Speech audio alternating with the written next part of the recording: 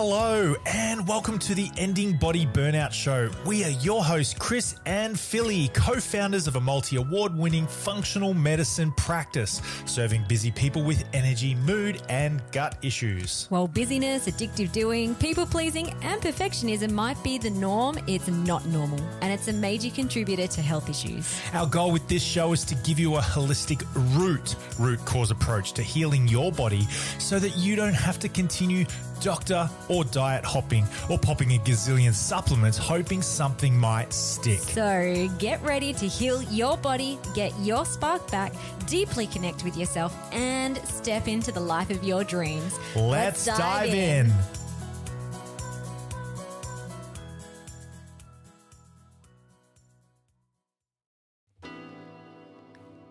G'day guys, welcome to the Ending Body Burnout Show. Chris and Philly here, super excited to have you listening. Today's episode is all about boundaries, and what we want to uncover today and talk about is how having boundaries or not having boundaries can be linked to body burnout, and what boundaries are when it comes to other people. And also we want to dive into the deeper unconscious reasons why you struggle to set, keep, and communicate your boundaries. We want to wrap the episode up with some practical tips on setting boundaries and how to live with flow and ease and comfort and enjoyment while still having boundaries. So grab a cup of herbal tea, stick your feet up, and enjoy the episode. All right. So what are boundaries? And we're talking about boundaries specifically when it comes to relationships and how you interact with other people. So a boundary is also known as a healthy emotional wall that you may put around yourself or create for yourself so that it's not encroached by other people. And that could be physical, whether it's like your physical space, it could be emotional boundaries, sexual boundaries, even material boundaries, like what are you willing to give to other people? Your time is a huge one when it comes to boundaries and body burnout. And also even like intellectual boundaries, especially for our business owners out there, or maybe our people with certain knowledge and skills that sometimes people can pick your brain and take up a lot of your intellectual time. So it's useful to understand that we need healthy and happy. In order to be healthy and happy, we need to have these boundaries. And for you to really understand and become aligned with what you're willing to give away or do, and also what you're willing to do for others for the sake of making someone else happy. There's a couple of different types of metaphors. As you were saying, a wall, a healthy wall, I was thinking as a rebel myself, a rebel with cause. I think sometimes a wall can sound restrictive. You know, I'm not some goat to keep wrapped up in a cage. That's a limiting belief, isn't it? I think of it as a game. Life is a game. And in basketball or American football, my two favorite sports, there's boundaries. If there were no lines, the game wouldn't be as fun because guys would be running all over the place and it would be hard to score. Yeah, totally. So it's just, you know, the game's not as fun if there's no boundaries. So I think have fun. Find the constraints that you can enjoy your game. How about that one? Rather than force yourself to stay in bounds, put a wall around yourself so you can imprison any sort of freedom and lock yourself into a way of living that you will like or die, you know? Or you can, hey, let's have some fun with this. Find the game we want to play. Hey, today we're playing netball, basketball, cricket, whatever. Let's slap a boundary up. This is the context, this is the constraint. That's how I see boundaries. Well, yeah, that's kind of the difference between living your life with force or flow. So you could have very strict boundaries that X, Y, and Z cannot happen or should happen, but you're so fear-driven and stressed about keeping your boundaries that it often is more detrimental than beneficial. Or you can live your life knowing your boundaries, but doing that with more flow, more play, more ease, because it comes from a place of safety. And we'll talk more about that. Like, how do you actually create, set, keep, communicate your boundaries so it comes from a place of love and flow rather than force and fear?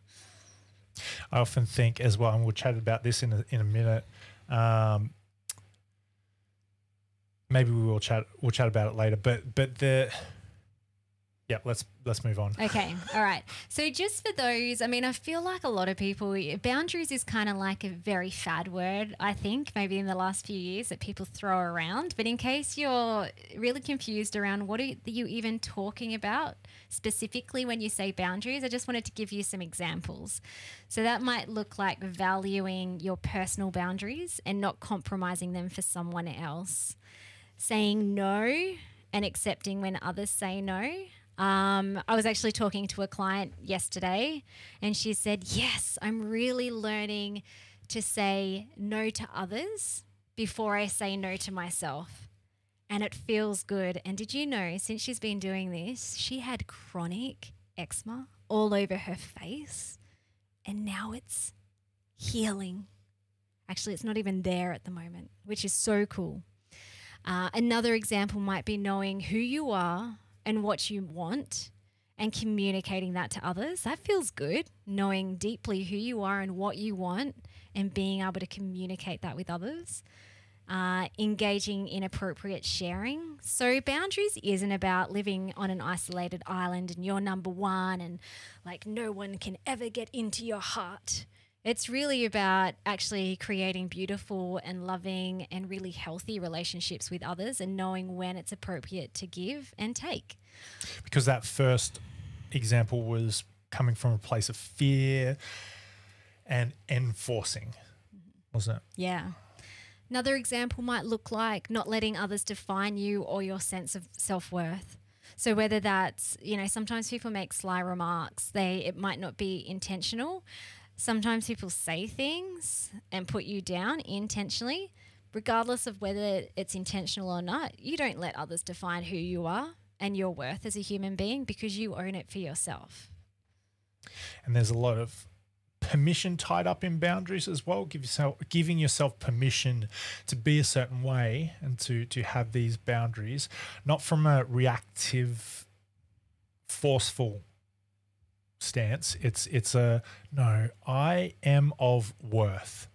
I am valuable. I'm a king or I'm a queen. I am very much the prize here.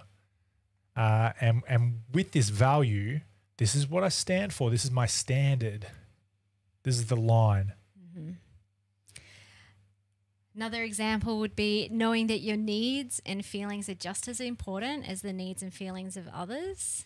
And maybe, in a way, more important, because if your cup isn't full, if your cup is empty, if your needs aren't being met, if your feelings aren't being validated even by yourself, then it's really hard to show up for other people. Knowing that you have the right to your emotions and feelings, it's okay to feel sad or angry or excited or happy. That's okay. It's your right. And another example would be respecting others' values, beliefs, opinions, while knowing that you do not have to compromise your own values, beliefs, and opinions. That's that good old saying, agree to disagree. And it's okay. You don't have to compromise your own beliefs and opinions and values to make someone else feel good. It's okay, even if they get offended. That's when you know that you're living your boundaries and you feel okay with that. Hanlon's razor philosophical quote is never attribute to malice what can be attributed to ignorance or incompetence. And so a lot of times in our insecurities, we can falsely attribute malice to what could be seen as just ignorance. For example, we're driving down the street and someone's going 40 kilometers in front of us.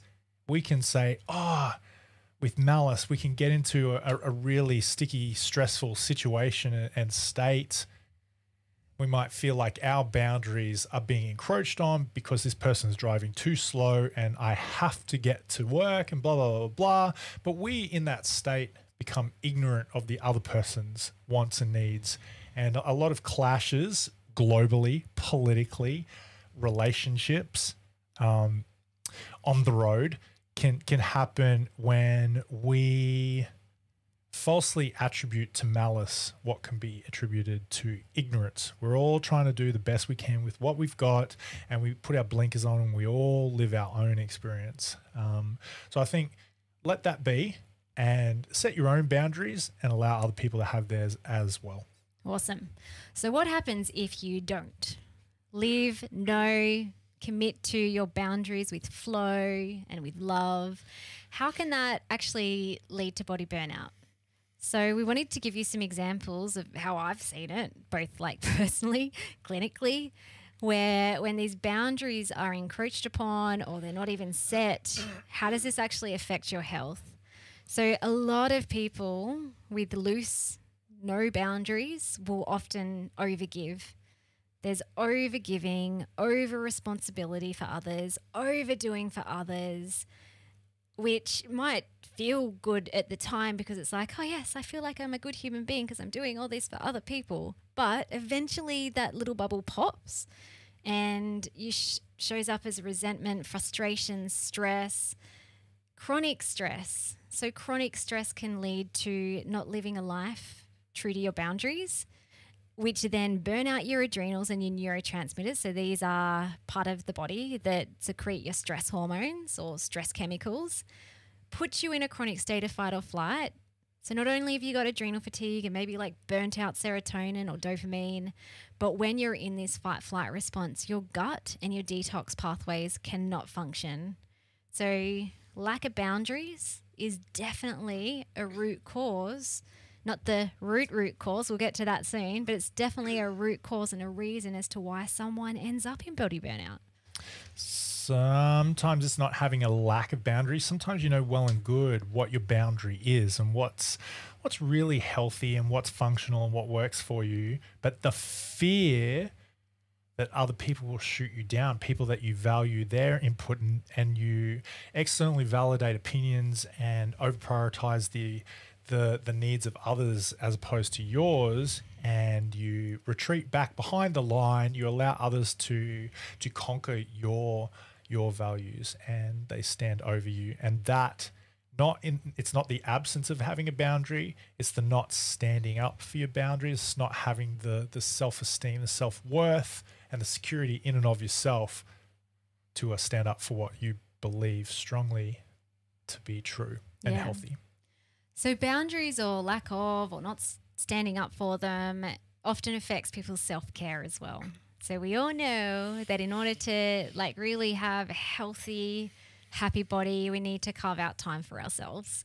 And self-care can look really different for different people. But if you're overdoing, overgiving, over responsibility, stressing about whether you can communicating your adrenals, communicating your boundaries, whatever it is, then often that time for yourself is affected, which often then leads to unhealthy habits and an unhealthy lifestyle where it's like, I know I should be meal prepping or going for that walk in the sun, or I should be doing Spark, which is part of our process in the ending body burnout method, or I know that I should be, I don't know, spending more time with my family, but I've got X, Y, and Z things that I have to do for other people, or because if I don't do these things, I'm going to look poorly in front of these other people. And so then you just get stuck in this chronic state of overworking, overdoing, busyness without any kind of intention or focus of what you really want. And then there's a cycle of shame and guilt as well. I should be doing that.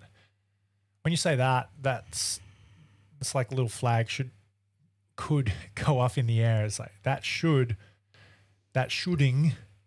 creek that you're stuck up is shaming, self-shaming. I'll give you a really real time example of something that last year, probably like the last quarter of last year, beautiful things happened in our business. It was all tied up with different things, but definitely like the book being published, and I got really busy. But just booked out months in advance, and so it all happened really fast, and people pleasing kind of kicked in that I'm like, oh no, I can't say no to this person or this person. So I actually ended up, and I had for many years, these are the amount of one-on-one consult hours that I do a week, because if I encroach upon that, if that bleeds into like more and more hours, I don't have time for myself or my family or to feed us well, and no time to work on and build the business. And that makes me unhappy as well. But anyway, so there was a good 3 months where I'm like, yes. And I'm like, holy crap, I look at my calendar and I'm like, I've got so many one-on-one appointments, which I love all my people. So I was feeling quite conflictual, but I was getting burnt out, which is kind of ironic because we're on a mission to end body burnout, and my body signaled this very clearly to me and my emotions. So then I got, Chris talked about the game. Okay, cool. Well, we're playing a bit of a different game now. How can I still work the hours that I want to work and feel good about myself, and also put these new boundaries in place and do it with flow rather than fear or force? And I've had some emails back from people who are kind of like peed off that they have to wait 3 months to see me. And initially that didn't feel good, but I just looked underneath the surface and like, hang on, why don't I feel good about this? Well, okay, the deeper fear is that they'll think that I'm not a nice person, that I should just open up time for them instead of spending time for my children. And then, it was all just silly stories that I was telling myself. So when I could get clear on all of that, then it was easier to go back to live my boundaries, and also to just say no to people who wanted to see me tomorrow. I'm like, no, you can wait. There's plenty of surgeons in this world where you have to wait 6 months or a year. You can wait like a month or two, max 3. To see me. Yep. And I think that's the very, very first thing. And this is what I was going to say before. The first step in boundaries. Okay, write this down. Take a note. Self-worth. If I would go so far as to say, if you don't have a sense of self-worth, if you're not secure in yourself, you won't have any concept of what your version of healthy boundaries are, and you won't be able to give yourself permission to keep them either. So I think what underpins it, the concept that underpins everything in this whole discussion today, is self-worth. If you're having trouble with this, go to the very first questions, like not am I? It's like, where aren't I seeing my worth? And what am I? What is my worth? And really, really, really dig into your security. So that's the deeper unconscious reason as to why one, someone doesn't live their boundaries, but also how it leads to body burnout. And we call it broken rapport. So when it's like, I don't trust myself, I don't believe in myself, I don't love myself enough to show up for myself, you break rapport with yourself. And the best, most deepest part of you is not happy when you do that. And it shows this through pain. And very often it shows it up through body burnout symptoms: energy, mood, gut issues, brain fog, PMS, autoimmune, skin issues, because we listen to pain. And so we have seen symptoms disappear in clients when they start deeply listening to themselves and showing up for themselves. I mentioned the lady with the eczema and like the horrible rashes all over her face just completely disappear. I've seen anxiety and chronic fatigue disappear.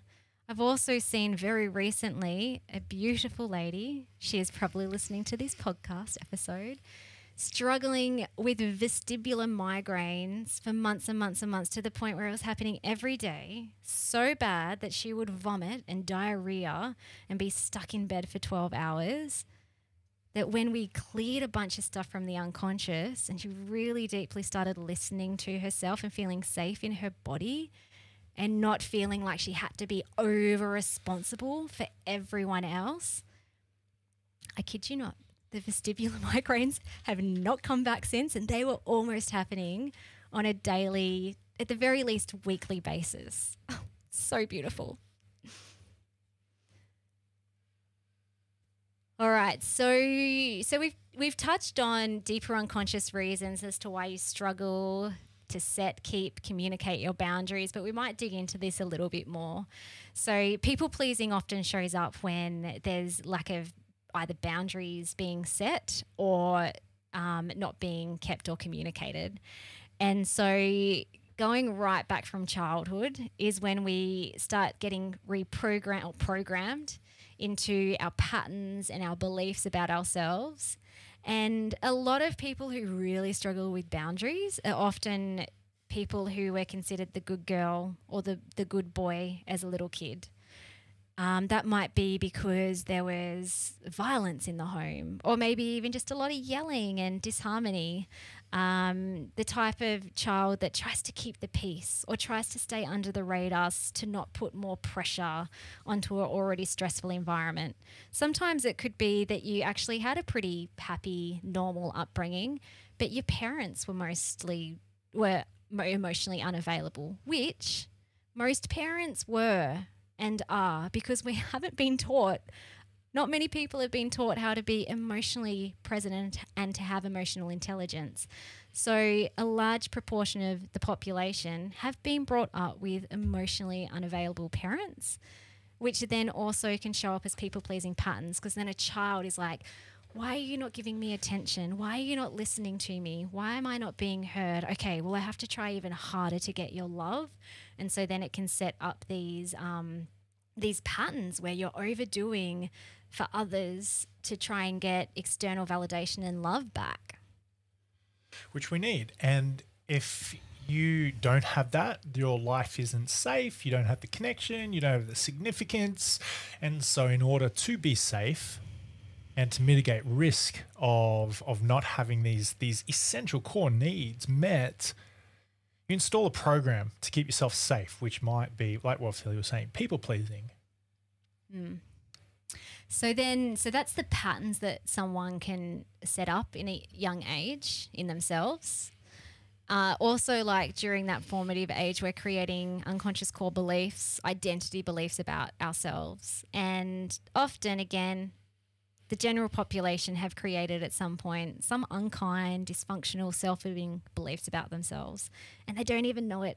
It's hidden in the unconscious, and until you actually start doing this deeper healing root cause work, you may die as a child with childish beliefs about yourself because you just never know about them. But they often look like, I'm not lovable, I'm not worthy, I'm irresponsible. And so when you have these deeper beliefs that are controlling, they're like the machine that is controlling everything, your thoughts, your feelings, your behavioral patterns, the health of your body. When you have these deeper self-limiting beliefs, you're constantly trying to seek external validation that the greatest fear about yourself is not true. And so then those boundaries kind of like become encroached, or you let go of them, or you don't even set them because it's not actually safe. It's not safe to say no to someone else. It's not safe to stand up for what you feel is right for you, because it's very risky. You could be rejected. You could be yelled at. You could be cut off. And then therefore, the greatest fear that you have about yourself is validated. Roman soldiers had these guys who held a banner or a flag or a totem up in the air, and it kept the whole group, the legion, organized. This may or may not be factual, but good enough. And they were called standard bearers or ensigns. And what they did is they with their flag aloft, or their thing aloft, their standard, they would march into battle, kept the troops organized, everyone heading in the right direction, make sure that the force as a whole was cohesive.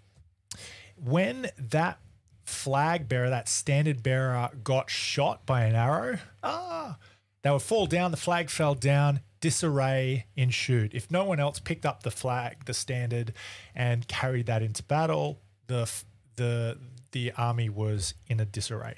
So enemies knew that. As soon as the Romans would march, they'd cross the line, the enemies would try and shoot the flag, because they knew that the quickest way to win the battle was to shoot the standard down. And that's what happens in life as well. We cross a line, a new boundary, and we say, this is the boundary that I want to live by. This is the rule that I want to adhere by, because I'm enough and this is what I'm worthy of. I'm going to defend myself. And so I'm going to stand up for this. And so we hold our standard up. Now our loved ones and the people that we care about will sometimes not enjoy that we've crossed the line, that we're not going to be this good little boy, good little girl in their eyes, and roll over and fawn and do what they are used to. And so sometimes there's a little bit of resistance and a little bit of pushback.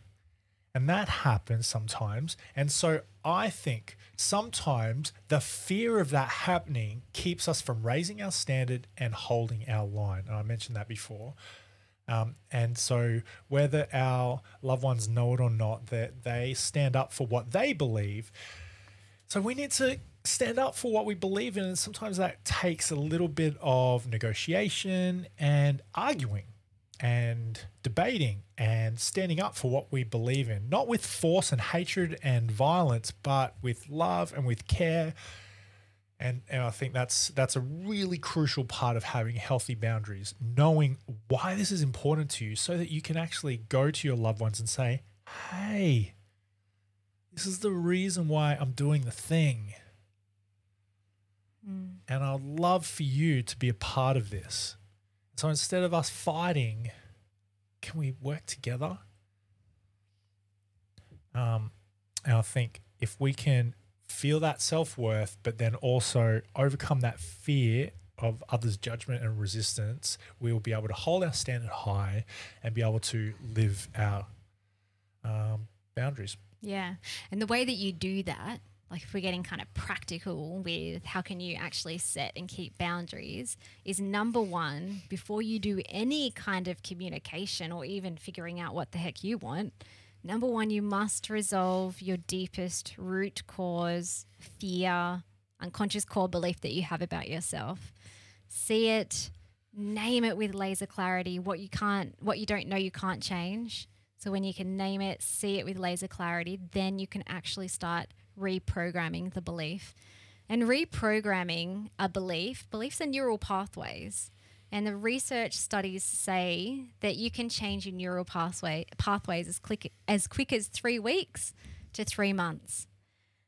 So if this remains hidden or unsolved, it will never be safe to set and keep boundaries. You'll end up just yo-yoing with it, kind of like a yo-yo diet where it's just like, yes, this is what I want. I got burnt out. I feel really crappy. I'm tired. I'm exhausted. I'm resentful. This is what I want, people. And it might feel really scary. Your nervous system is going crazy, but you say it and then you don't stick to it because there's deeper unconscious beliefs holding you back. It's not safe. And if you're like, gee, I hear these guys talking about these unconscious core beliefs all the time, but I don't know how to do it, pop your name down on our wait list, our Ending Body Burnout Method program, where we heal the whole self, including at an unconscious level. Doors open end of May, so we would love to see you in there. So resolve those deeper unconscious core beliefs. Then, as Chris said, get clear on what you want. What does your dream life look like? What do you also need, especially if you're in a state of body burnout, in order to heal? Because there are needs that need to be met, and maybe they're not being met at the moment because you haven't voiced them or you don't even know what they are. And how should boundaries with others come into a play to achieve your dream outcome?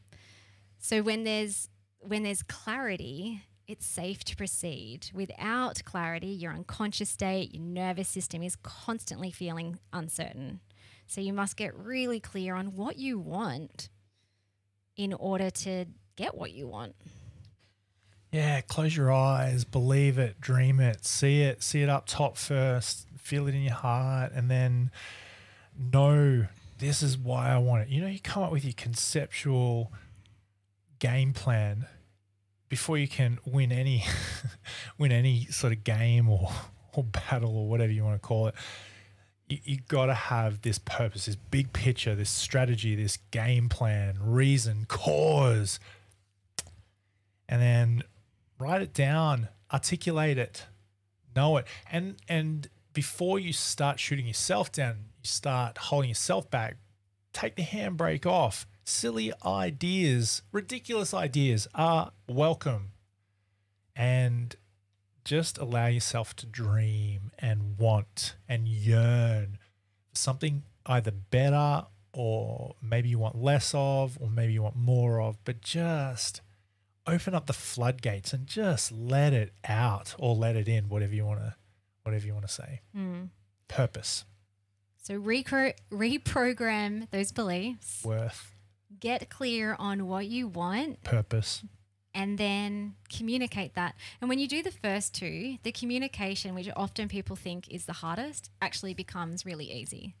Because now you can ask for what you want, or say no, or whatever that boundary looks like for you, for that person.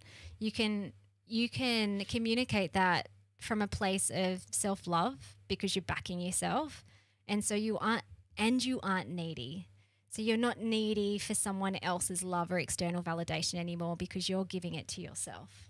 Before we go on to this next point, I think a really important distinction is, well, once you've got that big picture, I think, and before you can start communicating with accuracy, you really got to know what games you're playing, who you're playing with, what are the rules, what does winning look like. Really get clear on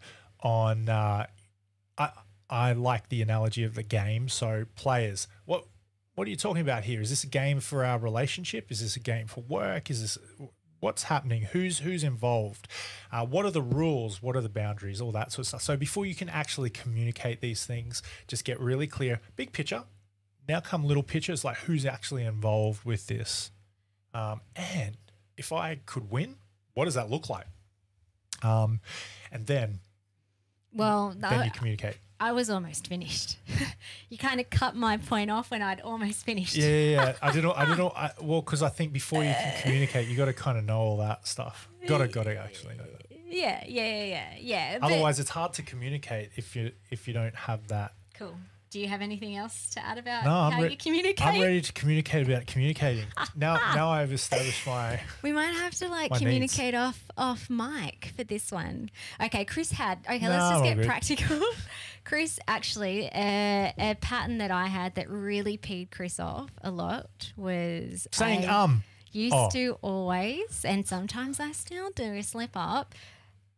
Butt in the middle of what he's saying, because he takes very long pauses. And also too, when I was more in a heightened state, anxious, burnt out, my system was fast as well. So his slow way of talking, I'm like, come on, let's just get to the point. What do you need to know? And then I'd butt in with my opinion and all that sort of stuff. Why am I telling you this? Because it's to do with boundaries. So Chris didn't like that. So he actually had to share what he wanted from me.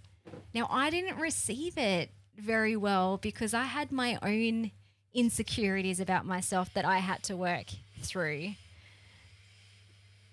And that's okay. So here's the thing, when you do actually start communicating your boundaries, there probably will be people that push back or get offended or don't like it, because they're like, who even are you? Why are you actually demanding things from me? Go back to where you came from, and they shoot you down. Stay small and be a martyr and stay a doormat and let me walk all over you.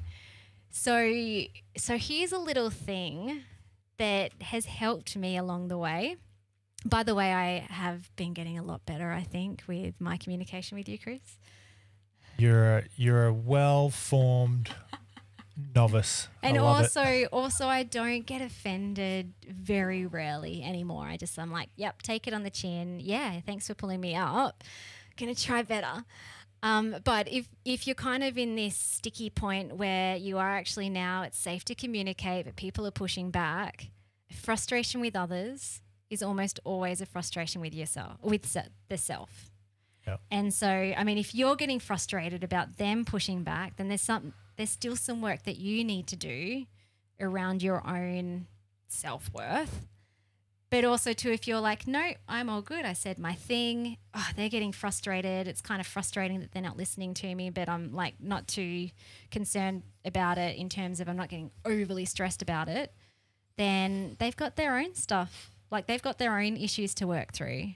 And so their pushback is no reflection of you as a person, which is really nice to kind of keep at the back of your mind or even the forefront of your mind, because then that allows you to continue communicating your boundaries. And I could have come at that conversation like a soldier going into battle with my own insecurities, ready for a fight. It's like, shut up, stop interrupting me, blah, blah, blah, battle, battle, battle, which might have reflected insecurities. Yeah. At least and I'm just thinking, I'm thinking there's work to be done, the blind spots in there. It's cool. But now if I slip up, I feel like it's very... I think we're both... There's no charge to it anymore. It's just like, yeah, I did. Ugh, dang it. Same. And then also like my security is greater in of myself. It's, you know, if you've got your own thing to say, you've got stuff to say.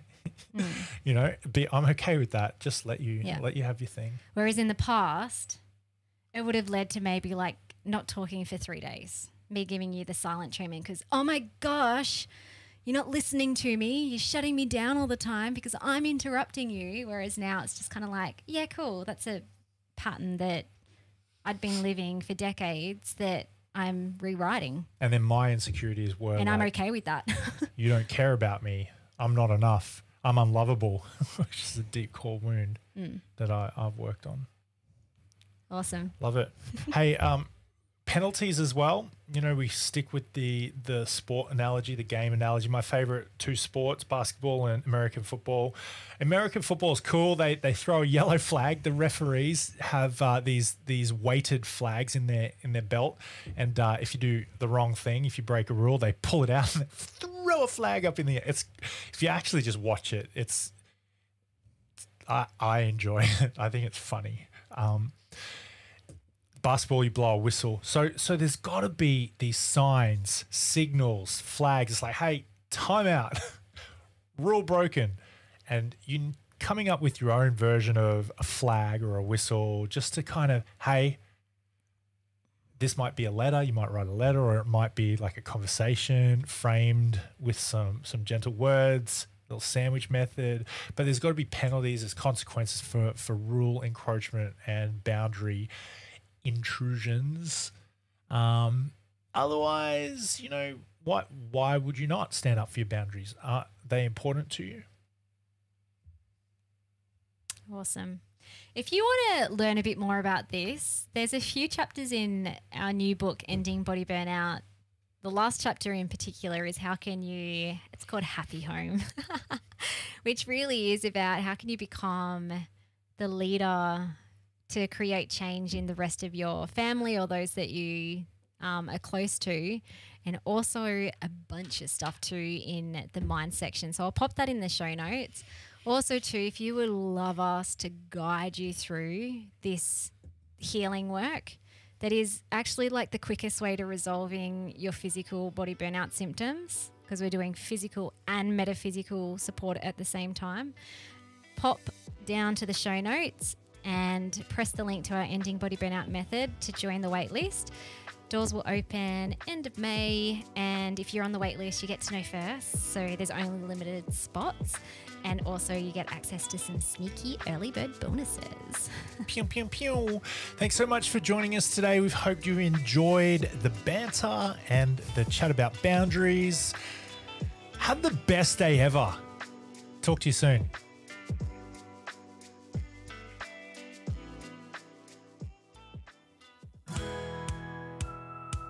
Thank you so much for listening. We so appreciate you. If you'd like to give us extra smiles, drop us a review and spread the love by sharing this episode. You can also rate your own state of burnout and the root cause contributors by taking our Ending Body Burnout Assessment on our website. And if you're interested in learning about our group or one-on-one Ending Body Burnout programs, shoot us a DM via Instagram or Facebook. Have the best day ever.